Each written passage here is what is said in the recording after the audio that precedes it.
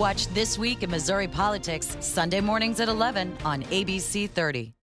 We're very thrilled to be joined with an all-Southeast Missouri panel this week, starting with Missy McDaniel, the Democratic Committeewoman for the 15th District, or 15th Ward here in St. Louis, up-and-coming star in Republican politics in Southeast Missouri, Russ Oliver, the chairman of the Missouri Democratic Party, and strategist extraordinaire, Roy Temple, the Puxico's favorite son, right? I don't know about that, but... And the man that's probably ended more careers of Southeast Missouri Democrats than anybody else, Republican strategist, David Barklage. So, David, thanks so much for being here. And what did you think of the senator's interview? You know, I think really good. I think he's one of the up-and-coming stars in Missouri politics, and I think he's very likely to get elected. He's got the right experience. He is incredibly smart, and he just, you know, he's run the budget in one of the toughest times and done a great job. I just think he'll be a great asset. He's got a weak primary opponent, a professor who's overstated his resume, and he's got a few B- candidates on the Democrat side. I think he's the Republicans' best hope for recapturing the Attorney General seat. Roy Temple, I doubt you agree with the great assessment from Mr. Barklage. Well, I think it's a long time until November of 2016, and I think Senator Schaefer's got a lot to prove to Missouri. And first, he's got to run the gauntlet of a Republican primary. That field may or may not be set, so I think time will tell how successful a candidate is. Speaking of your field, it's a little bit deja vu watching a clear front runner on the Republican side and your field still being a little muddled. It's usually the other way around. Is there an advantage of that at all? I mean, clearly there's disadvantages. Is there any advantage of that? Well, I think for structural reasons I won't go into, I think there are more disadvantages to a tough Republican primary than there are to a Democratic primary, because there's not as much of an ideological test on our side in primaries. But, you know, you'd prefer a clean shot, but you don't always get it. And we'll have a strong candidate when that process sorts itself out in August of 2016. I think Roy just admitted all the Democrats now left in Missouri are liberals. I didn't hear that, but we'll watch the tape. Russ Oliver, you're a prosecuting attorney. Senator Schaefer was a prosecutor. How important is that prosecutorial background? Well, you know, as far as Senator Schaefer as a candidate for Attorney General, I'm probably a little bit biased because as a prosecutor, I greatly value the experience, the integrity, and the tenacity that Senator Schaefer has shown. You know, he was in the trenches with me in our fight against the Department of Revenue's encroachment into the privacy rights of concealed carry holders a couple years ago. I think that he would make an excellent Attorney General and serve our state very well. The current Attorney General has prosecutorial experience. Does that help you? You work closely with that office. When you call up there, and Chris Koster's been a prosecutor, is that reflected in his dealings with you? The assistance that the Attorney General's office gives to local prosecutors is, in my opinion, one of the most important functions of the Attorney General's office. So yeah, that's extremely important for any candidate for that office. Missy, the Democrat primary is an interesting thing. Folks in Jeff City view Scott Simpson as a pretty serious candidate. He's a pretty serious senator. I know the mayor's endorsed him. How do you see this primary shaking out? Will there actually be a primary? I really like Scott Simpson. I think he's a very smart lawmaker. I think he's a very good person, and I think he'll be a good candidate to run against Senator Schaefer. That'll be interesting. It could be the biggest undercard fight on the whole Absolutely. Speaking of some of the things that the senator was discussing, brought up the ethics bill. Roy, you've been around politics a long time. There's been many of these passed. This one, I don't know what's different. Was this worth it? In what sense? Well, they passed the ethics bill. You can still become a lobbyist, a consultant, or whatever. There's very few structural changes. It's just kind of we're passing an ethics bill. It looks like to pass an ethics bill. Not a lot of teeth to it. Do you think this changed anything, or is this just checking something off a list? I think it's basically the Republican majority is checking the box and trying to clear a political hurdle for themselves. I mean, they've been in the majority for a decade in Missouri now. If they were serious about ethics reform, they could have done it long before now. And then passing a bill that has very little meaningful impact is more about the politics of the moment than it is about reform, I think. David Barklage, are they fixing a problem here? Is there a real problem with ethics reform, or is this something that's generated by editorial pages? Look, Democrats were in power for over 40 years and didn't address it. They had 2 speakers go to federal prison, 2 other speakers in scandal, and only one, Ken Rothman, who actually had a more spotless record. So ethics has been a problem throughout history in the Capitol, and candidly, I think that it distracts from the business that we need them to focus on. I think lobbyists' gifts, they say they don't sell a vote, but they give access. And when they're out with lobbyists drinking and eating instead of with each other working on policy, I think it's a bad thing, and I think it's a bad thing that needs to be addressed. I don't think the bill goes far enough. I think you have to eliminate gifts altogether. I think you have to close revolving doors. I think you have a whole lot of fundamental changes. When we took the Senate. Well, you didn't mention limits. Now, you talk about access. Do you think a $20 stake or a $50,000 campaign contribution would give you the most access? Well, candidly, I actually think the $10 stake in some respects, because that's taking time and building relationship, and it's reported as 10. $20 stakes. Yeah, it's going to be a $100 stake. I think all of it needs to be looked at. I think both parties would agree that we want our legislators, our leaders, to be focusing on the business at hand, the things that need to be done, whether it's Roy's vision or my vision. I'd rather have them focus on one or the other than what they're focused on. And I think you've got 3 out of the top 5 lobbyist gift recipients are Democrats. So it's not a Republican problem. So are they buying access? Why would you buy access to a member of the very, very, very super minority? If you're buying access, it seems to be a bad investment. No, because candidly, a lot of votes having bipartisan support is important. In the Senate, one person can filibuster. So everybody has a value. All I'm telling you is when we took the Senate a decade ago, as Roy pointed out, there were a majority of the things going on in the Senate were about service. They were about, 8 carpenters. We couldn't even find them because they were out building duck blinds and deer stands, laying carpet for senators. We had ghost employees, everything else. And so what our goal was to come in and to structurally change the Senate to make it what was more focused on policy. And either party has these problems. And I think the maturity of the majority has led to the opportunity where lobbyist influence, revolving doors, and those things are starting to distract from the business. Russ Oliver is a rising conservative in the Republican Party.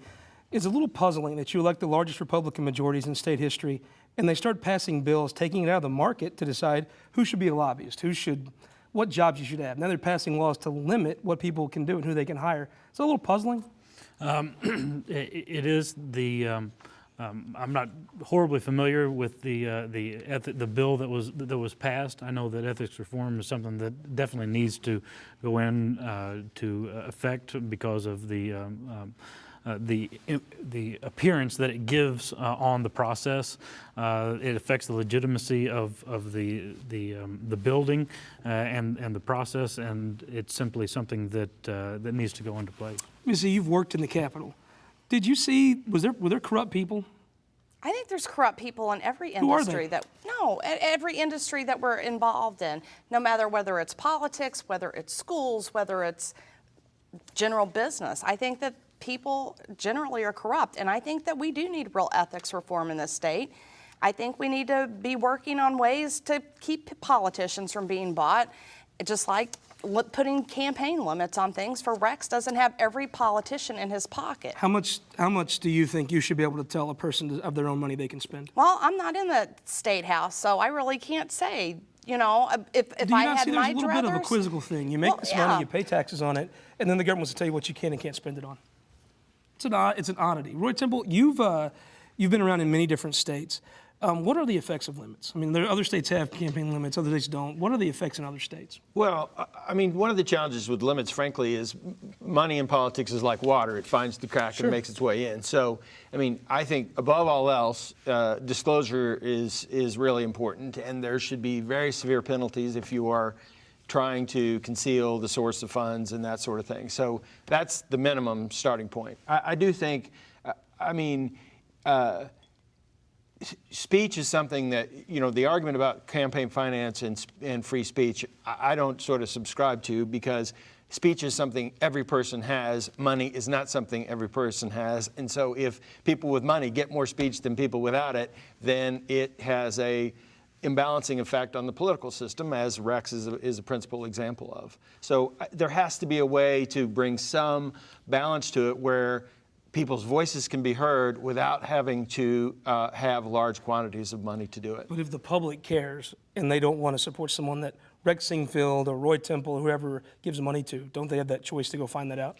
Certainly, but I think part of politics is leadership, and sometimes voters are busy enough with their own lives that they're not thinking about the second and third order impacts of policy judgments. And so it's up to political leaders to say, you may not be aware of the consequences of the choices that are being made in the Capitol building, but here are some of them, and we think there needs to be these reforms for you to get what you're entitled to as a citizen. Scott, Roy's dead on, and I have to say this, it's a real problem for those of us in the business, because we believe that the power to govern comes from sort of an integrity and a credibility. And when you have $1 million contributions into races, it really calls that into question. At the same time, there are constitutional protections on speech. So you can demagogue it all day long, but the fact is, to find that balance is very, very tough, of what the court will protect. You've got a person, major donor like Rex Sinkfield, who is the capability, whatever law there is probably to get around it. So it's a question of whose speech it regulates. I do think that there is a perceptual problem about these kind of large contributions and the impact they have on governance. And I think we have to be concerned about it, but we also have to look at the Constitution of what is right and what is fair. Back to policy. Last week there was a development of the franchise law issue. An auto manufacturer, actually a plant that makes parts, sued the state to try to get them to enforce the law. Russ Oliver, you're an attorney. You followed this piece of legislation, you followed the issue. What was your take on the lawsuit? My take was that it was looked like business as usual in Jay Nixon's Department of Revenue. It's gotten to be seemingly that the standard operating procedure in this administration is if there's a law that's in place that doesn't go along with the goals and the desires of this administration, they either ignore that law or they give some disingenuous interpretation to that law to facilitate achieving those goals and interests. And that's pretty much what you have going on here with Tesla. I mean, let's don't forget, Tesla is the poster child of the left. I mean, this is a company that has been built on the backs of taxpayers to the tune of about $500 million. And the Obama administration has a great deal of interest in seeing this company succeed. It seems as though the Nixon administration is trying to facilitate that here in Missouri.